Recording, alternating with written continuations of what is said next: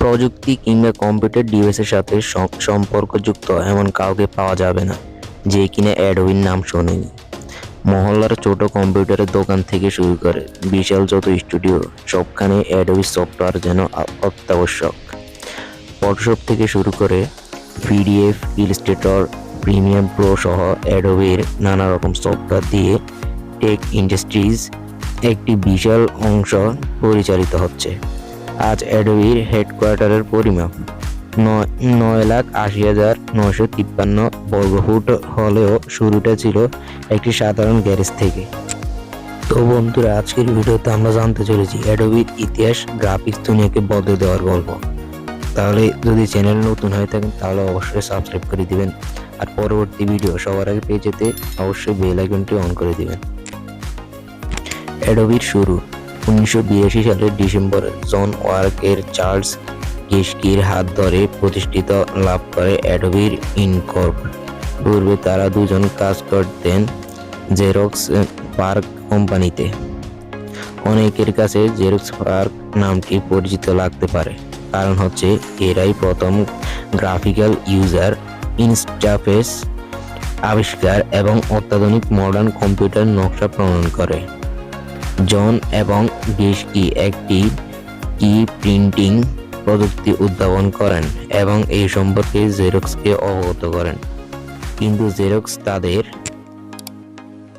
Xerox তাদের এই প্রযুক্তিকে পাত্তা না দিলে তারা কোম্পানি থেকে বের হয়ে যান এবং অ্যাডোবি প্রতিষ্ঠা করেন। অনেকের প্রশ্ন জাগতে পারে, কোম্পানিটির নাম অ্যাডোবি হলো কিভাবে? এর উত্তর অনেকটা সরলই বলা যায়। জনের বাসার পেছনে একটি নালা ছিল যার নাম ছিল অ্যাডোবি। সেখান থেকেই এই নাম। অ্যাডোবির লোগো ডিজাইন করেছিল জনের স্ত্রী মার্ভা ওয়ারনক এবং গেশকি তাদের প্রিন্টিং প্রযুক্তির নাম দিয়েছিল পোস্ট স্ক্রিপ্ট, যা এখন পর্যন্ত প্রিন্টারের প্রিন্টিং স্ট্যান্ড। তবে এটি ছিল একটি বিশাল সৃষ্টি। তখনকার দিনে প্রচলিত ছিল ডট মেট্রিক প্রিন্টার। সাধারণত ক্যালকুলেটর স্ক্রিনে যেমন লেখা দেখা যায় অনেকটা তেমনই প্রিন্ট হতো এবং প্রিন্টারগুলো দিয়ে ডট ম্যাট্রিক্সের বড় সীমাবদ্ধতার মাঝে ছিল টাইপোগ্রাফি। যেহেতু সবকিছুই প্রিন্ট হতো ছোট ডটের সমন্বয়ে, ও এই কারণে প্রিন্টিং করার পর ছবি অনেকটা আজকের যুগের লো রেজলিউশনের ছবির মতো পিক্সেলেটেড বা ফেটে গিয়েছে বলে মনে হতো। এইসব সমস্যার সমাধান করতে চলে আসে লেজার প্রিন্টার, যা চালিত করার জন্য সফটওয়্যার হিসেবে ব্যবহৃত হতো পোস্ট স্ক্রিপ্ট প্রযুক্তি। এই প্রিন্টারগুলো প্রিন্টিং দুনিয়াকে বদলে দিল। মানুষের প্রথমবারের মতো আবিষ্কার এবং পুনরুত্থানের পূর্বে প্রিন্ট করতে সক্ষম হলো। তবে এখন হাতে গোনা কিছু মানুষ ছাড়া কেউই কম্পিউটার গ্রাফিক্সের কাজ তেমন করতো না, এবং এর ফলে ওয়ারনক গেশকির অসংখ্যবার শুনতে হয়েছে যে তার ভুল পথ হাঁটছেন। তবে তারা এই কান ঝেড়ে ফেলে দিয়েছিলেন এবং এরাই কিছুর পর স্টিভ জবস অ্যাডোবিকে কিনতে আগ্রহ প্রকাশ করে।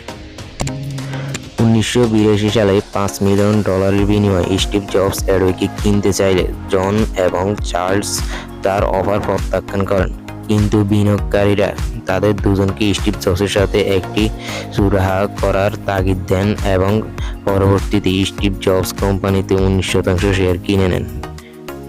জবস পোস্ট স্ক্রিপ্টের 5 বছরের লাইসেন্স প্রথমেই কিনে নিয়েছিলেন। এই ডিলের ফলে অ্যাডোবির প্রতিষ্ঠার প্রথম বছরের মুনাফার মুখ দেখে যা সিলিকন ভ্যালির ইতিহাসে কোনো কোম্পানির প্রথম। 1985 সাল থেকে অ্যাপল তাদের লেজার প্রিন্টারগুলোতে পোস্ট স্ক্রিপ্ট ব্যবহার শুরু করে। পোস্ট স্ক্রিপ্টের পূর্বে ডিজিটাল প্রকাশনাগুলো প্রোটোটাইপেটার নামক একটি প্রযুক্তি চলত, যা ছিল অত্যন্ত ব্যয়বহুল একটি প্রক্রিয়া। এই প্রোটোটাইপগুলোর তৈরি হতো জেরক্স কোম্পানি। ধারণা করা হয় এই জন্য তারা পোস্ট স্ক্রিপ্টের ধারণা নিতে চাননি। স্টিভ জবস ম্যানিপুলেশন এবং পোস্ট স্ক্রিপ্ট দিয়ে পাবলিশিং ইন্ডাস্ট্রিকে বদলে ফেলেন। 30 বছরেরও বেশি সময় ধরে চলে আসা ফটোস্টাইপের প্রযুক্তি 2 বছরের মাঝে ফটোস্ক্রিপ্ট দ্বারা প্রতিস্থাপিত হয়ে যায়। সফটওয়্যার জগতে প্রবেশ। 1987 সালে অ্যাপল মিনিকেশন এর জন্য ইলাস্ট্রেটর সফটওয়্যার দিয়ে অ্যাডোবি সফটওয়্যার জগতে প্রবেশ করে। এটি ফটো স্ক্রিপ্টের জনপ্রিয়তা আরও ত্বরান্বিত করে। একই বছর জন এবং থমাস নোল এই দুই ভাই ফটোশপ তৈরির কাজ শুরু করেন। থমাস তখন মিশিগান বিশ্ববিদ্যালয়ে একজন পিএইচডিরত শিক্ষার্থী। সেই সময় ম্যাকিন্টশ গ্লেস্কেল ছবি প্রদর্শন করার জন্য তিনি একটি প্রোগ্রাম লিখেছিলেন।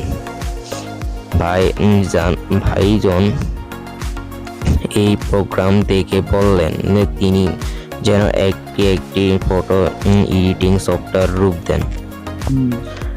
ভাইয়ের কথা শুনে 1988 সালে পড়াশোনা থেকে 6 মাসের ছুটি নিয়ে ভাইয়ের সাথে সফটওয়্যার তৈরিতে লেগে পড়েন। সফটওয়্যারটির নাম তারা প্রথমে ইমোজ প্রো দেয়ার চিন্তা করলে পরবর্তীতে ফটোশপের নাম দেন। এই সময়ের মাঝের জন্য অ্যাপল ও অ্যাডোবি তাদের তৈরি সফটওয়্যার দেখান। তারা এটি অত্যন্ত পছন্দ করেন এবং অ্যাডোবি সফটওয়্যারটি বিক্রির জন্য জন এবং থমাস থেকে তা লাইসেন্স করে নেয়। 1990 সালের 19 ফেব্রুয়ারি শুধুমাত্র ম্যাকিন্টশের জন্য অ্যাডোবি ফটোশপ উন্মুক্ত করা হয়। শীঘ্রই এটি প্রচুর জনপ্রিয় লাভ করে এবং রঙিন ছবি এডিটিং এর প্রধান ক্ষেত্র হয়ে দাঁড়ায়। এটি ছিল তৎকালীন সময়ে একটি উল্লেখযোগ্য অগ্রগতি।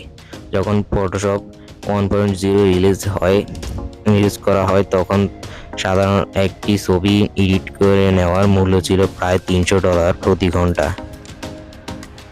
তবে ফটোশপের দামও নেহাত কম ছিল না। প্রতি কপি লাইসেন্সের মূল্য ছিল $895। তবে সেটি ছিল আজীবনের জন্য, অর্থাৎ একবার কিনলে যত খুশি ইচ্ছে ব্যবহার করা যাবে, যার ফলে এটি ছিল ডিজিটাল ইমেজ ইন্ডাস্ট্রিতে একটি বৈপ্লবিক পরিবর্তন। পিডিএফ এর শুরু এবং চার্লস কিডন্যাপ হওয়া। 1991 সালে জন ওয়ারনক একটি ডকুমেন্ট ব্যবস্থা চালু করেন, যা পরবর্তীতে পিডিএফ হিসেবে পরিচালিত হয়। এই ফরম্যাট তৈরির উদ্দেশ্য ছিল ইন্টারনেটের মাধ্যমে যেন সহজেই ফাইল আদান প্রদান, দেখা এবং প্রিন্টিং করা যায়। 2 বছর পর পিডিএফ পড়া এবং ব্যবহারে অ্যাডোবি অ্যাক্টিভেট রাইডার চালু হওয়ার পরে হয়। তবে বর্তমানে ফ্রি হলেও তখন এটির মূল্য ছিল $50। 2008 সালে এটি সকলের জন্য উন্মুক্ত করা হয়। ফ্রি না হওয়ায় পিডিএফ এর জনপ্রিয়তার হার খানিকটা ধীরগতি ছিল। এভাবে অ্যাডোবির সফলতার হার যেমন দিন দিন বৃদ্ধি পাচ্ছিল, তেমনি তৈরি হচ্ছিল শত্রুতাও। 1992 সালের 26 মে সকালবেলা ক্যালিফোর্নিয়ার মাউন্টেন ভিউয়ের অ্যাডোবির পার্কিং গ্যারেজের গাড়ি থেকে নামতে দুজন সন্ত্রাসী চার্লসের দিকে বন্দুক তাক করে তাকে কিডন্যাপ করে তার থেকে এবং তার পরিবারকে মেরে ফেলবে বলে হুমকি দেয়।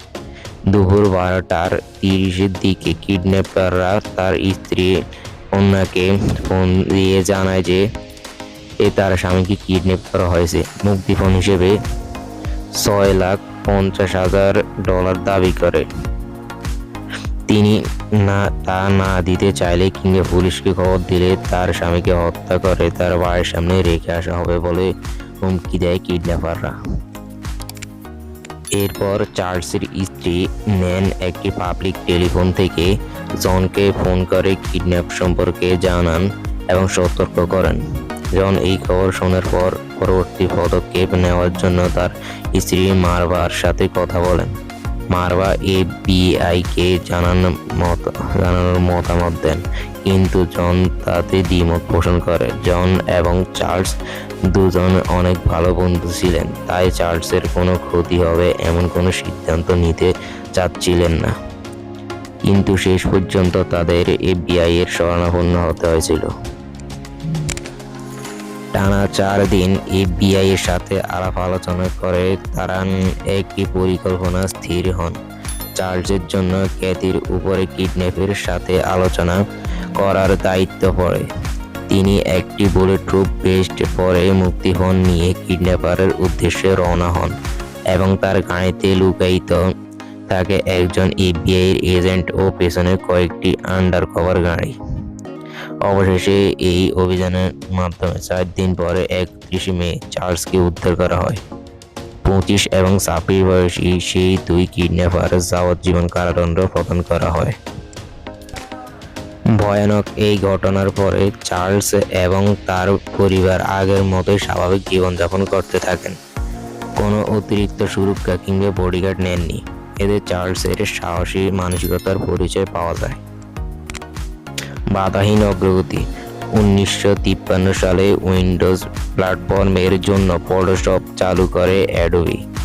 এর ফলে ডিজিটাল ইমেজ এডিটিংয়ের পুরো বাজারই অ্যাডোবির কাছে চলে যায়। ফটোশপের পর অ্যাডোবির পরবর্তী নিশানা তৈরি হয় ভিডিওর উপরে। 1991 সালে ভিডিও এডিটিং সফটওয়্যার প্রিমিয়ার চালু করে 2003 সালে নাম পরিবর্তন করে প্রিমিয়ার প্রো রাখা হয়। বর্তমানে সাধারণত কন্টেন্ট ভিডিও থেকে শুরু করে মিলিয়ন ডলারের সিনেমা এডিট করা হয় প্রিমিয়ার প্রো দিয়ে। পরবর্তীতে সবগুলোতে অ্যাডোবির উল্লেখযোগ্য হার বিভিন্ন সফটওয়্যারের অধিগ্রহণ করতে থাকে। এর মাঝে রয়েছে আফটার ইফেক্টস, কুল এডিট প্রো, বর্তমানে অ্যাডোবি এডিশন এবং তাদের প্রতিদ্বন্দ্বী ফ্ল্যাশ নিয়ে। পরবর্তী অ্যাপলের সাথে অ্যাডোবির বিতর্কের সৃষ্টি হয়।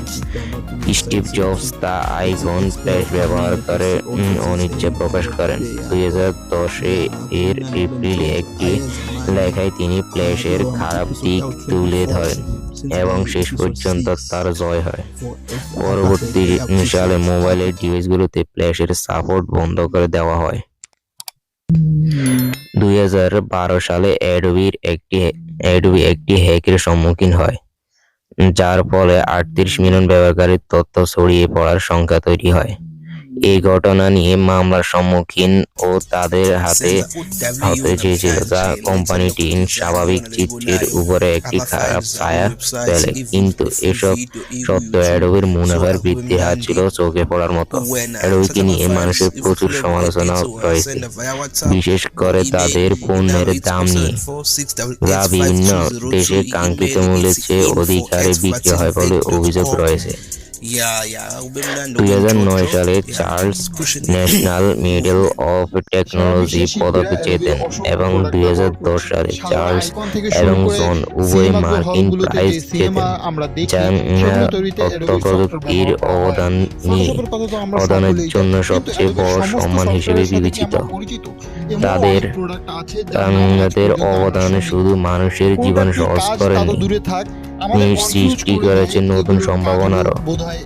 নানা তর্ক সমালোচনা থাকলেও অ্যাডোবির যে মানুষ জীবন বদলে দিয়েছে তা অস্বীকার করার কোনো উপায় নেই।